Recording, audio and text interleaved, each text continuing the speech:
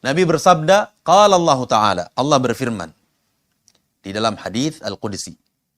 Kata Allah Subhanahu wa Ta'ala, kullu amali bini Adam lahu illa as-siyam fa innahu li wa ana ajzi bih. Bahwa setiap amalan anak Adam itu semuanya untuknya. Illa as-siyam, kecuali puasa.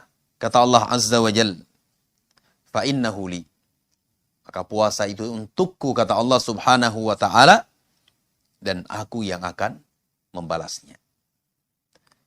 Ini potongan hadis ini menunjukkan apa? Keutamaan berpuasa di dalam bulan Ramadan. Allah Tabaraka wa Ta'ala yang akan membalasnya. Allah yang akan memberikan ganjaran pahala kepada kita. Lalu Allah Azza wa Jalla mengatakan wasiyamu junnah.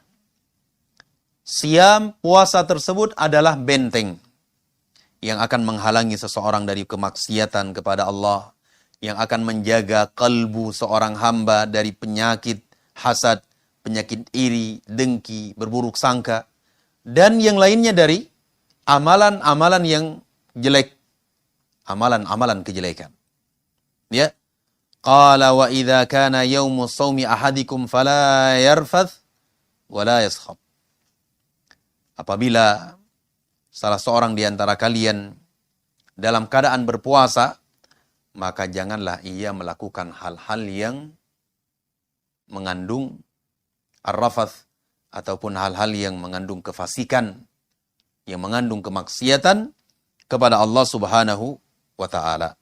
Faqala fa in sabbahu ahadun aw qatalahu, kalau ada seseorang yang ingin mencelanya ataupun ingin membunuhnya, maka katakanlah aku adalah seorang yang sedang berpuasa. Aku adalah seseorang yang sedang berpuasa.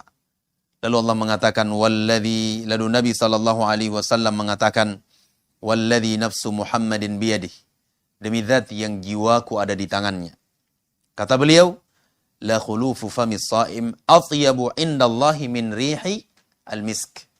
Bahwasanya bau mulut orang yang berpuasa itu di sisi Allah Subhanahu wa Ta'ala lebih baik, lebih wangi dibandingkan wangi misik.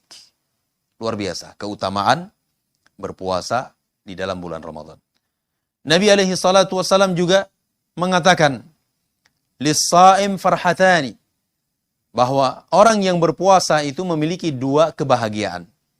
Kebahagiaan ketika berbuka puasa, dan yang kedua adalah kebahagiaan ketika bertemu dengan Allah Subhanahu wa Ta'ala di yaumul qiyamah.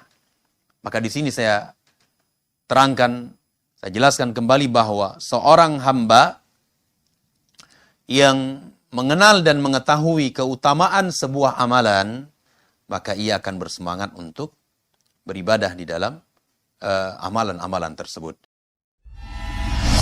STA TV Media Syiar Islam.